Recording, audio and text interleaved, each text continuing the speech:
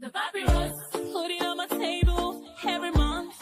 I don't wanna be sad. Don't even try to hide it. No, I don't wanna lose it. And you say how it is, it's so inviting.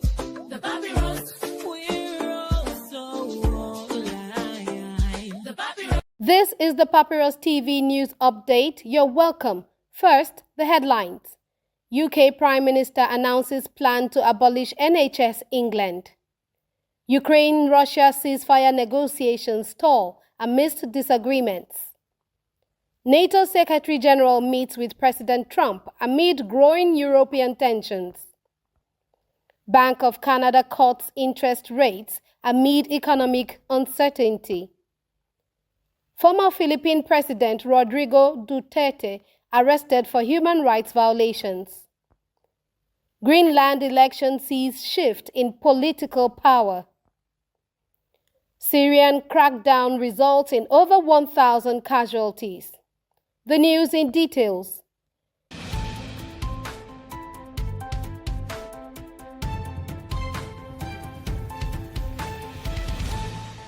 In a groundbreaking policy shift, UK Prime Minister Sir Keir Starmer has announced plans to abolish NHS England as part of a broader initiative to reduce bureaucracy in the country's healthcare system. The announcement made during a parliamentary session signals a radical restructuring of the National Health Service, which has long been criticized for inefficiencies and administrative bottlenecks. Starmer emphasized that the goal is to streamline healthcare management, ensuring that resources are better allocated to frontline medical services rather than administrative overheads. The move is expected to face intense debate as the NHS remains a cornerstone of British society with deep political and emotional significance. While some health policy experts and economists argue that the proposed reforms could enhance service delivery, opponents fear that dismantling NHS England might lead to privatization or reduced access to universal health care. Labour Party insiders have assured the public that the move is not aimed at undermining free health care, but rather at improving the system's responsiveness. Healthcare unions and opposition leaders have called for greater transparency on the implications of the reforms, with many urging the government to ensure that patient care remains the top priority. The coming months will likely see heated discussions in Parliament as lawmakers and medical professionals debate the future of the UK's healthcare system.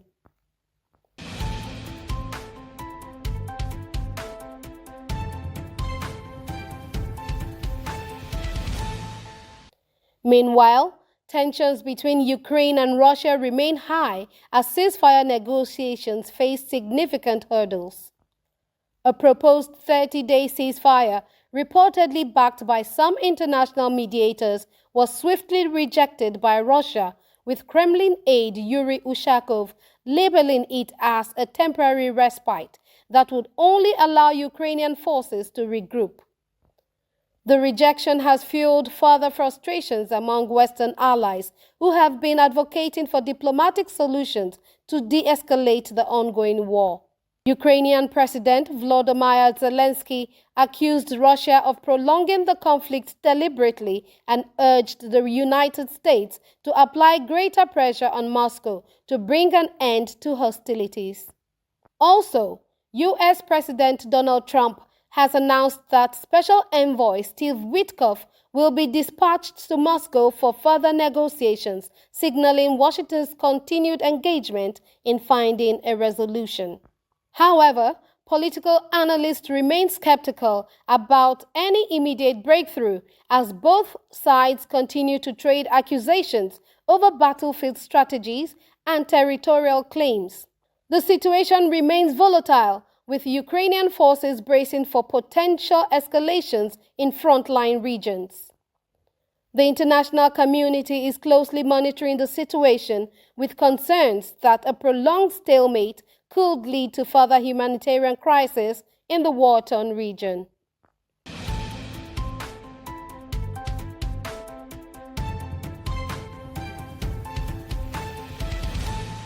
Continuing, NATO Secretary General Mark Rutte met with U.S. President Donald Trump at the White House to discuss security concerns in Europe, particularly in light of ongoing geopolitical tensions involving Russia and Ukraine.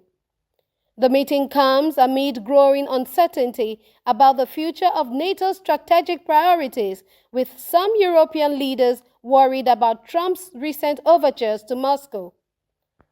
While Trump has repeatedly criticized NATO's financial structure, urging European nations to increase their defense spending, his administration has maintained that the alliance remains a crucial component of global security.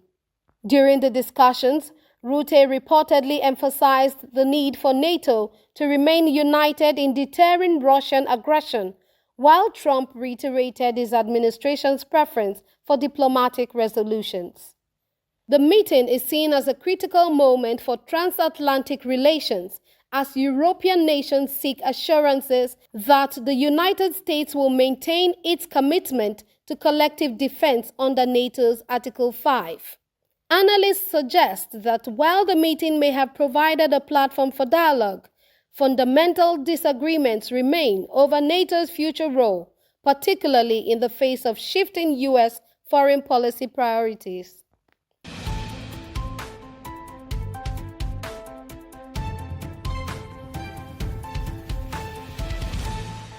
Moving on, the Bank of Canada has announced a 25 basis point cut to its overnight interest rate, lowering it to 2.75% in response to economic challenges and rising trade tensions with the United States.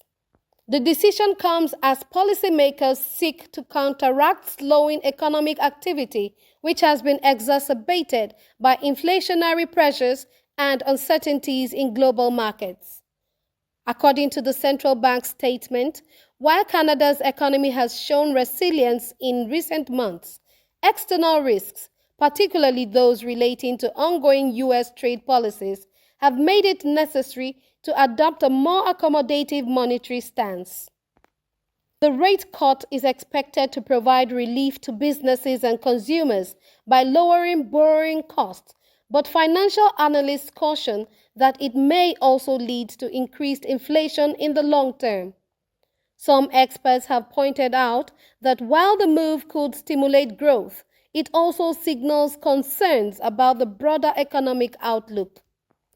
The Canadian government has stated that it remains committed to fiscal policies that support economic stability, with a focus on ensuring that trade tensions do not derail the country's financial recovery.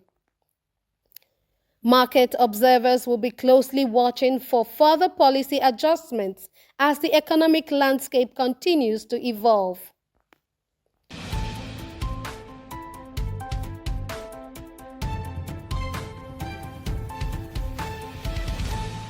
In a dramatic turn of events, former Philippine President Rodrigo Duterte has been arrested following an arrest warrant issued by the International Criminal Court (ICC) for crimes against humanity.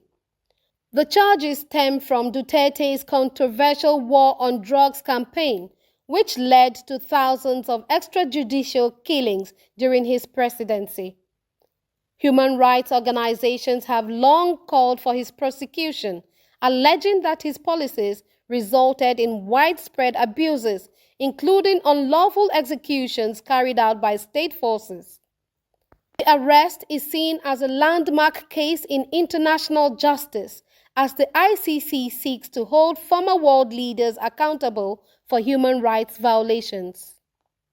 Duterte's supporters, however, have condemned the move, arguing that his actions were necessary to combat drug-related crime in the country. Some political analysts believe the arrest could deepen political divisions in the Philippines, where Duterte remains a highly polarized figure. The Philippine government has yet to confirm whether it will cooperate fully with the ICC's proceedings, but legal experts suggest that his extradition could take months, if not years. The case is expected to set a precedent for how international law addresses allegations of state-sanctioned violence in sovereign nations.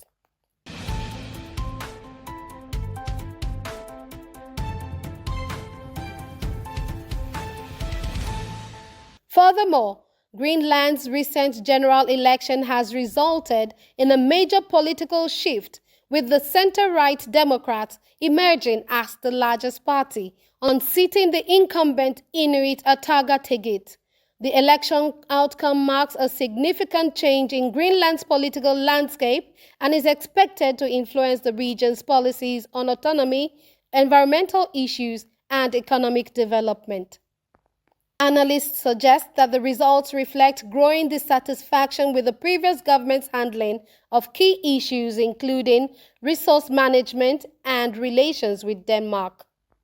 With the Democrats now in a position to form a government, their policy priorities are expected to focus on boosting economic independence and exploring new opportunities in tourism, fishing, and mineral extraction.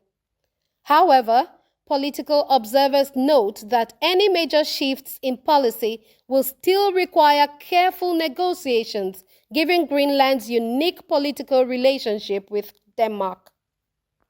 As coalition talks begin, citizens and stakeholders are keenly watching to see how the new government will navigate Greenland's future, particularly regarding its long-standing debate over full independence.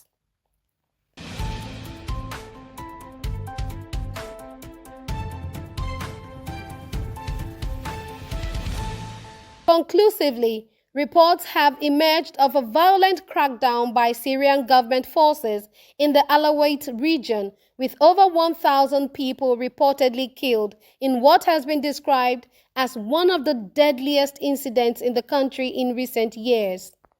The attack, which targeted opposition groups and suspected dissidents, has drawn condemnation from human rights organizations and world leaders. Eyewitnesses report heavy shelling and mass detentions, with families fleeing the affected areas in fear of further violence.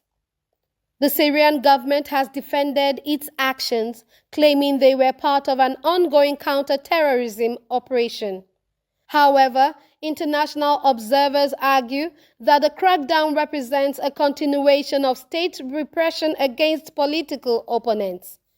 Calls for an independent investigation into the killings have grown, with the United Nations urging restraint and demanding humanitarian access to the affected areas. The incident underscores the persistent instability in Syria as efforts to reach a long-term peace settlement remain elusive. The papyrus.